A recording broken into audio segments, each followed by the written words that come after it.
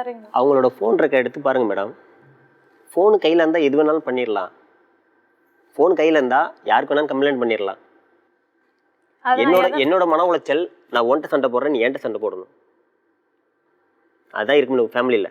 அம்மா இருந்தப்போ corona lockdown, அம்மா இருந்தப்போ என்னால் வர முடியல. 2023 அக்டோபர் அப்பா இறந்துட்டாங்க. அப்பயும் என்னால் வர முடியல. எனக்கு முதல் வீட்டு வேலையை முடிச்சாகணும். அவ்வளோ தூரம் கஷ்டப்பட்டு வந்தேன். வீடு கட்டின்னு பார்த்துட்டு இருக்கிற வந்த பிறகு நீ அந்த பிள்ளைய பிறகு அவள் சொல்லித்தரா, உங்க அக்கா சொல்லித்தரா, உங்க அக்கா சொல்லித்தர. நான் சொல்லக்கூடாது, உனக்கு அக்கா உங்க அக்கா சொல்லித்தராங்க, உங்க அக்கா வீட்டுக்கார சொல்லித்தராங்க. அவெல்லாம் சொல்லி தர மாதிரி இருந்தா இப்ப நீ வாங்கின கடனுக்கு அவ ஒரு பொண்ணு நகை கொடுக்குறாங்க மேம் எங்க அக்கா.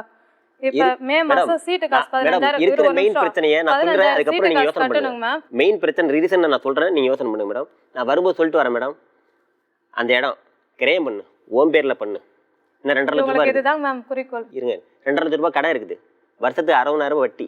வெளிநாட்டில் சம்பாதிக்கிறது வேற, இங்கே சம்பாதிக்கிறது வேற. வருமானம் கம்மியாக இருக்குது. உன் பேரில் பத்திரம் பண்ணிக்கப்பா.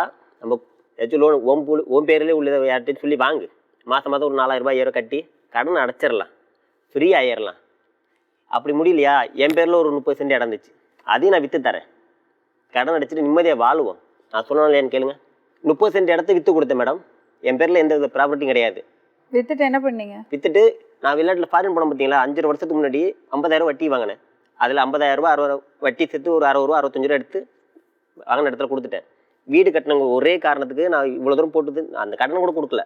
அந்த 2.5 லட்ச ரூபாய்க்கு வருஷத்துக்கு 60,000 வட்டி. போன வருஷம் முதல்ல நான் வட்டிக்கு அடைச்சிட்டேன். என் பேச்சு அவங்க புரிஞ்சிக்கல. என்ன அந்த கொடுமைப்படுத்துகிற அந்த வரதட்சணை குடும்பம் சொல்ல பார்த்தீங்களா, அதுமாரி கேட்குறேன். அவங்க நினச்சிட்டாங்க. நான் கேட்டது உன் பேரில் பண்ணு.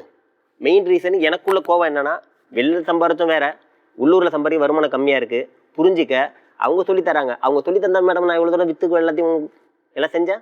அவங்களுக்கு அதான் ஒரு ரீசன். எனக்குள்ள கோபம் அடித்த காரணம் என்னன்னா, இம்மா தூரம் நம்ம சம்பாரிச்சு அவங்க பேச்சு கேட்குறோம், அவங்க பேச்சு கேட்குறேன்னு சொல்கிறாங்களே. ஒரு விஷயம் நீ யோசிக்கணுமா, தொண்ணு பிடுங்கிட்டே இருந்தா ஒரே விஷயத்தை திருப்பி திருப்பி சொல்லிட்டுனா பொறுமை போயிடும். அந்த கோவத்துல தான் இந்த மாதிரி எல்லாம் நான் பேசுறது எல்லாத்தையுமே நீ ரெக்கார்ட் பண்ணிக்கிற. ஆனா நீங்க பண்ணறதெல்லாம் நியாயப்படுத்தல. நான் நியாயப்படுத்த நான் விரும்பல. கூடாது தம்பி, நான் நியாயப்படுத்துறது ரைட் உங்களுக்கு கிடையாது. அது கொஞ்சம் ஒரு குடும்பம்னா விட்டு கொடுத்து மன்னிச்சு போனாதான் ஒரு குடும்பம் பண்ண முடியும். ஏட்டிக்கு போட்டி நின்னோன்னா குடும்பமே பண்ண முடியாதுமா. நீ உங்க அப்பா அம்மா ஒன்னா வாழறது நீ பார்த்ததில்லை, அதனால நான் சொல்லி கொடுக்குறேன். மறந்து மன்னிச்சு வாழறது தான் வாழ்க்கை. நீ நினைக்கிறிய அந்த உலகத்தில் சேர்ந்து வர்றது கணவன் மனைவி எல்லாம் எந்த கருத்து வேறுபாடும் இல்லாமல் எந்த பிரச்சனையும் இல்லாமல் இருக்காங்கன்னு கிடையாதுமா.